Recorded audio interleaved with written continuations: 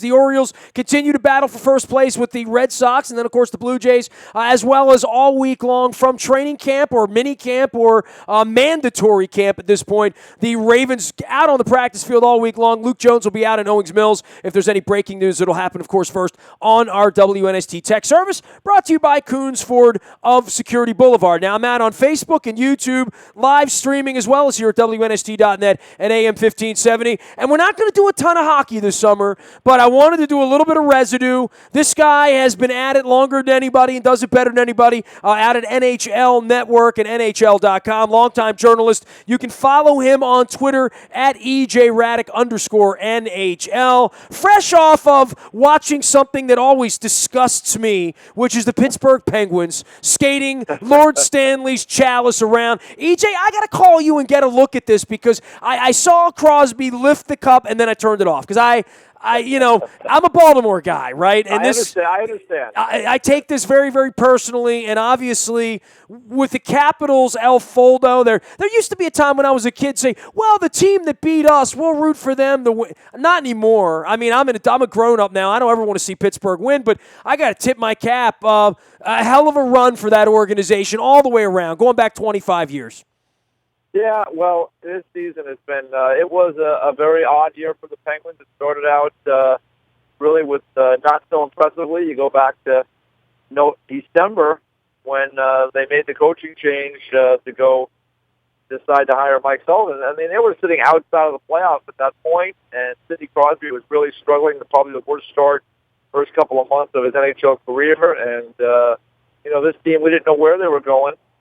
And then they made a coaching change. They made a couple of roster moves along the way. They added Trevor Daley. They added Carl Hagelin. They later added Justin Schultz. And all of a sudden they changed from who they were, which was kind of a slower team that was more of a try to be a puck possession team, to a real speed team that was always just looking to chip the puck ahead and really get into foot races with their opponents all over the ice. And they just really became a monster during the season. And I can recall, Nestor, going back into March is when I really first looked at them and said, wow, this team can get there. Is they had a weekend where they were in Philadelphia playing the Flyers, who were very hot at the time, and then they played the Caps at home in Pittsburgh on the Sunday, and they limited the Flyers and Caps to less than 40 shots combined in winning both those two games by a wide margin. So after that, I was like, boy, this team, they had me sold.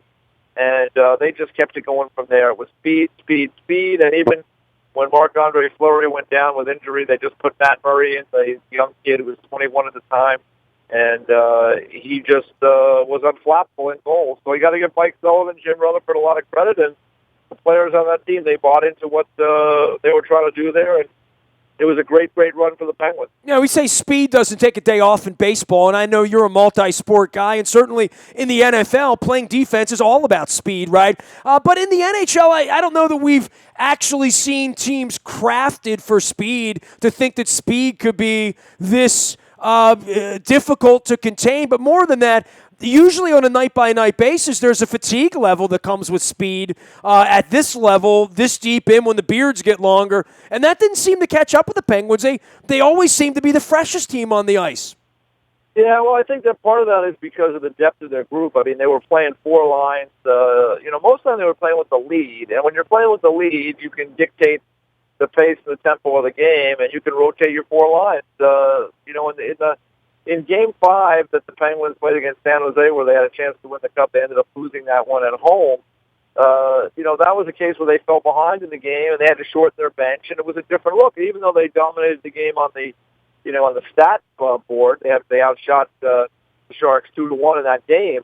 They ended up losing. So, for me, their ability to maintain and to stay fresh and to kind of bring it night after night after night was really the depth of their team and the ability to roll four lines. And they kind of stumbled onto something really good when Evgeny Malkin got hurt in March. They put Phil Kessel with Nick Bonino and Carl Hagelin, and that line really took off. I mean, that was the most offensively productive line for them in the playoffs. But you couldn't really focus on them because you had to worry about Sidney Crosby and his line, or you had to worry about Evgeny Malkin and his line. And then when you weren't looking, that fourth line with Matt Cullen and Eric Fair, the former Cap, and Tom Kuhnhackl, they ended up beating you. So I think it was the depth of their group, and they just had that speed. And, throughout, and I think their discipline was something that was also really, really important for them. I think Mike Sullivan, that's where I think one of the areas where he was really, really important to this group is that in the past, as you know, Nestor, the Penguins were a team you could get under the skin of Crosby, you could get under the skin of Malkin, you could get them off their focus, off their game. And this year, that wasn't happening. They stayed focused, and when they started to slide a little bit, Mike Sullivan was right in their face. And, I got to give him a lot of credit for that, for having the ability to have that kind of presence in that locker room and on that bench. And I give the Penguins credit for paying attention and not falling into that trap. We're chatting with E.J. Radick, longtime NHL scribe and coverer and reporter at NHL Network and NHL.com as well. We're talking about the Penguins winning the Stanley Cup. And, I'm not going to be tuning into the parade, E.J. I promise you that. And, it sort of disgusts me to have to even discuss this at length. But, as it relates to the Capitals and where they are, the Kessel edition, incredible, winning with a backup, young, untested, unproven keeper. I mean, there's some storylines here beyond Crosby and Malkin, who, even Hagelin and some other guys. This is a rich story. If you were writing a book on a championship, this would be a very interesting team to write about, leading right on down from Lemieux, trying to unload the franchise at one point, right? Yeah, well, I think that team is still going to be sold at some point. So that's, from the business standpoint, there's a lot going on behind the scenes there. You think about the manager in Jim Rutherford, who was, I think there was parts of the early first half of the year where he was probably in trouble to some regard. I mean, he had made some changes to the team, and there had been things that hadn't really worked out all that well. So that was going on. As I mentioned, Crosby was really struggling the first time in his career that he was really way off his game in the first couple of months. Everybody was wondering what's wrong with Sidney Crosby. And the fact that over the course of an 80-game season, they really changed who they were, changed some pieces along the way. A lot of the core was the same. You're right. It's a rich story. It's a story to me. It just goes to show you that and this is what Mike Sullivan said, so to steal from him on this, is that when guys can feel that they're doing something that's bigger than themselves, when they can buy into that, that's what teams are about. That's what team sports are about. That's what teams are about at any different walk of life, is when that people can buy in so that they're in something, they have a role, and they're in something that's just bigger than themselves, and they become selfless in that, and you're really just trying to do what you can to help the team win. That's when you have something special, and that's what I noticed in March about that team. It seemed like something special was happening there, and indeed it was. So I think you're right. I mean, you could probably write a hell of a book about the season the Pittsburgh Penguins had, because it was they went from from a team that was really struggling and looking like they weren't going to make the playoffs to a team that was nearly unstoppable at the end of the year. All right, to hell with the Penguins. Let's talk about the Capitals and what happened there, right?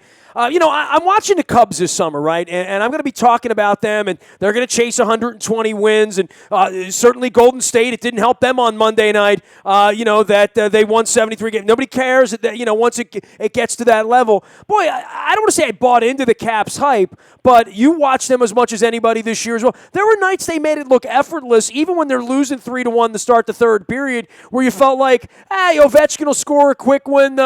Somebody on the third line will chip one in. They'll go to overtime. They'll win in a shootout. They'll get a couple of points. They'll move on. And they did that so often. And Trotz managed the thing so well. And, they had the tough series against Philadelphia and sort of got through it. I didn't see them bowing out the way they did. And certainly no one saw. And maybe this is a tribute to Pittsburgh, right? Maybe it's first half. It really had a great regular season. And I would say this, Nestor. I mean, there'll be fans of the Capitals, longtime fans, who say, "Wow, it's another disappointing year."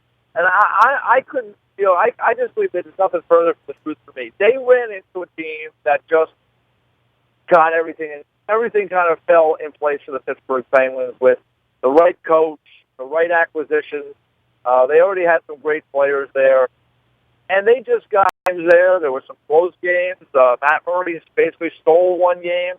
There was the situation with Brooks Orpik when he got a suspension, which was an ill-advised play there. That changed the dynamic of things for the Washington Capitals. This is still a really, really good team. They might be the second or third best team that in the league this year, as it turned out, as you watch things unfold for playoffs.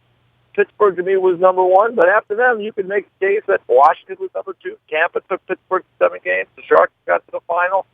This is still a really good team. I think that they need to, Brian McClellan and Barry Cross need to look at it and say, okay, we probably need to get a little faster just based on the competition. So what can we do? What tweaks can we make? But I don't think they need to make major changes. And I think like a guy like Evgeny Kuznetsov, for example, I mean, this is a young guy. He didn't really play as well in the postseason as he played during the regular season. But, boy, he's a hell of a good player. And I think those are just learning experiences that guys go through. And I think he's going to be better. So for me, I think they're real close. They've got a lot of the elements there. They're really good through the middle with Backstrom and Kuznetsov as their top two. Really, you talk about little tweaks. I thought, in looking back on it, maybe they would have been better off calling up Scott Gomez from Hershey, where he would play very, very well as a veteran guy who's won Stanley Cup, than going out and bringing in Mike Richards. Mike Richards didn't really add anything. Scott Gomez is the guy that can really help you on the power play. So those are little tiny tweaks. I mean, it's small things at this point for the Caps. They're really close. It's a really good team. So for Caps fans to think, well, we're just never going to win, I think they're close. And it's just a matter of a player or two at this point. One of the things for me with the Caps and watching them all of these years as you have watched them, they lost a lot of off seasons, whether it was Jagger, whether it was spending money, signing players where it didn't really work out the way they wanted to. Certainly, they never won with a coach, right? I mean, all the coaches they hired, Boudreau aside, really weren't all that great. But they won off seasons the last few years, with the new McClellan stepping in, and Orpik and Niskanen, I check off on all that, letting Green go away and bringing in the additions they had last year. One of the reasons they had all these points, because they had friends that don't watch them as much. Maybe they're Flyers fans or Devils fans, Rangers. Yeah. They're like, how the hell the Capitals get so good? I'm like, well, everything that they've touched, their signings in the offseason, the places they've spent money, it's all kind of worked out, and that's how they had this incredible year. That's a really hard thing to replicate in the offseason, to identify guys, bring them in, and really have it get their best version of themselves. Yeah, it's funny. I think that teams that are rebuilding and they're having high draft picks, it's easy to start that process because you go up there to the podium and, with the first overall pick, with the fourth overall pick, and get good players and go through that process. When you're as close to Washington Capitals are, to figure out the small moves, the little things. I mean, no one thought, I would imagine, when the Pittsburgh Penguins acquired Carl Hagman, really wasn't fitting in Anaheim, that he would be such a tremendous acquisition for the Pittsburgh Penguins, but he proved to be just that. I mean, look at Kessel. I mean, the Kessel thing's incredible. I mean, those are the additions that matter, right? You know what the funny thing about the Kessel situation is that, let's face it, when they traded for Phil Kessel, nobody was saying, hey, I can't wait to see Phil Kessel with Nick Bonino and Carl Hagman. I mean, that's going to be a dynamic line. People were saying, okay, who's Kessel going to play with, Crosby or Malkin? As it turned out, he played with neither. So, again, chemistry in hockey is a unique thing, Nestor. You've seen it over the years. It's unique in sport. And I think the Washington Capitals, again, I think they're really close. They got a lot of really terrific players there. And I think it's a matter of a tweak here, a tweak there. I think maybe just a little bit will help on the back end of their group, a little bit more speed on the back of those bottom six forwards, and maybe a little bit, another kind of puck-moving type defenseman to add to their mix. But there's not a lot, that has to be different there. And if, let's just say that they would have avoided, other years, sometimes you just avoid teams in the playoffs. You get fortunate. You don't play, it's like the matchups don't work out that way. I can remember the year that the Devils went to the final in 2012. They never had to play the Capitals, the Penguins, or the Bruins. And in that year, any of those three teams would have beaten the Devils. They avoided all three, and they went to the Stanley Cup final. This year, the Capitals, they couldn't avoid the Pittsburgh Penguins. The Penguins were playing great. They just happened to be a little bit better. They're close in Washington. I think they need to really just, again, try to figure out that last piece of the puzzle. If they can figure that out, they got every chance to win the Cup. And I know there's been a lot of history there of disappointment. But, boy, you got to put that behind you. It's a different era, a different team. And I think the Washington Capitals are close. And I won't be surprised if next year at this time, they're in a Stanley Cup final. They're that good. Man, I got a year to wait for this and a year I know to it's watch them disappointing. I know. raise banners in Pittsburgh, which is never good around here. EJ Raddick joining us here from NHL Network. Last but not least, I had put together a 30-30 tour for the NHL. In March before my wife got cancer the second time. And I'm looking maybe to do that next March. Whenever the schedule comes out in a couple of weeks, I'll take a look and try to line it up and do something. But part of me is wanting to go to these Canadian places where I haven't seen hockey. Ottawa, Edmonton. I know they closed the old barn down there, so I missed out on that. Calgary, the whole deal. Canada being shut out is such an incredible part of the storyline of the playoffs. But I guess from the draft perspective, Canada getting all of the top draft picks this time around is also a big part of the offseason. I don't know that will ever happen again, that all the teams will be shut out the way they were this year, but you better hope it's not back-to-back-to-back, right? I mean, there's certainly something to prove north of the border for all of those organizations to get back into the playoffs and make sure that Canada's in the tournament next year. Well, I know that the Rogers Sportsnet Group, which does the NHL television rights in Canada, certainly hopes that never happens again, because that certainly damages their ability to attract viewers. But, I think that's one of those things. I believe the only other time it happened was either 68, 69, or 69, 70, somewhere in there, and there was fewer Canadian teams then. But sports are cyclical. Teams get good, teams get bad. We've seen it before. And, it was just kind of a coincidence that all those teams struggled this year. I mean, the Montreal Canadiens got off to a great start. Carey Price got hurt. And then the next thing you know, they were capsized and going the other way. So I expect those teams to be better. The Toronto Maple Leafs are the first draft pick. They're going to go after Austin. They're going to select Austin Matthews, an American kid from Arizona, which is just a great story in itself. And Winnipeg Jets select second. They'll probably take Patrick Laine, who was in some ways similar to Alex Ovechkin, who you guys know very well down there. So, those teams are going to benefit by those players. And, I think there's just going to be a lot of moves in the offseason. The salary cap is going to remain, I think, right around where it is now. If it doesn't even go down, a tick. So, that's going to play a part of it. Stamkos saga is going to play out. There's going to be other player moves, trades. It's it's funny with the NHL now. We just conclude a Stanley Cup final, a Stanley Cup playoffs, and it doesn't take long for the engine to start to turn again on player movement for the other teams. So it's going to be a very interesting next 3, 4, 5 weeks, and then we're going to get ready for the World Cup, and then another season. So it just seems like the clock and the calendar for hockey this year is sped up even more so. Yeah, there's nothing for old guys like us who like to write, like the death of something like Gordie Howe or before that, Ali. I just read such wonderful things and saw the Gretzky tribute to Gordie Howe. It's a shame that folks have to die to have these wonderful things said about them, right? I mean, Gordie Howe, the loss of him over the weekend in the midst of, awaiting the raising of the Stanley Cup. I think just the writing itself and getting a little piece of him. I only met him one time. I met him in Vancouver at the Memorial Cup about 10 years ago when my wife and I snuck up there to see the Police reunion and wound up at the old Pacific Coliseum watching hockey, which I thought was the greatest thing ever. And there's Gordie Howe out there, and there was Mike Reno, who weighed about 380 pounds, singing Loverboy songs. But, I went back and found my pictures from that day, and Gordie Howe was doing something on Canadian television that day. But it's the only time I'd ever been in a room with him. I know you had many, many opportunities over all of these years, and he was just such a well-thought-of man, let alone a hockey player, right?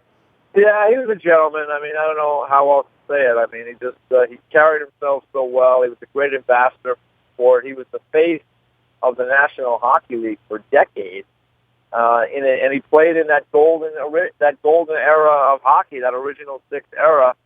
And he was, like I said, he was the face of this sport. And the only thing I can say is, as long as we're watching hockey or playing hockey, people will, talk about and remember the legend of Gordie Howe. He was a special athlete and one of the great athletes of the 20th century, and just really a gentleman off the ice and a great ambassador for hockey, and always had time to sign an autograph or say hello or shake hands or take a picture.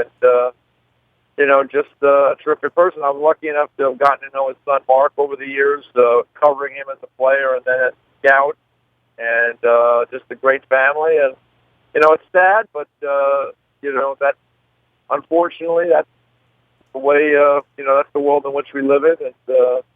But it's, it was, I can only say this, I was thrilled. I got the chance to see Gordie Howe play in his final season for the for the Hartford Whalers against the Winnipeg Jets at the old Hartford Civic Center there in 1979-80, his final season in the NHL. And so that was an experience. I got to see him score goal number 799, and then during that game, he didn't really play much after that, and I came to figure out the reason why. They didn't want him to score an 800 in the same game. They wanted to sell tickets to have, come see Gordie Howe try to score his 800th goal. So I was very fortunate in that way, and I was fortunate to having had the opportunity to meet him a couple times. And he was a legend for the great game of hockey.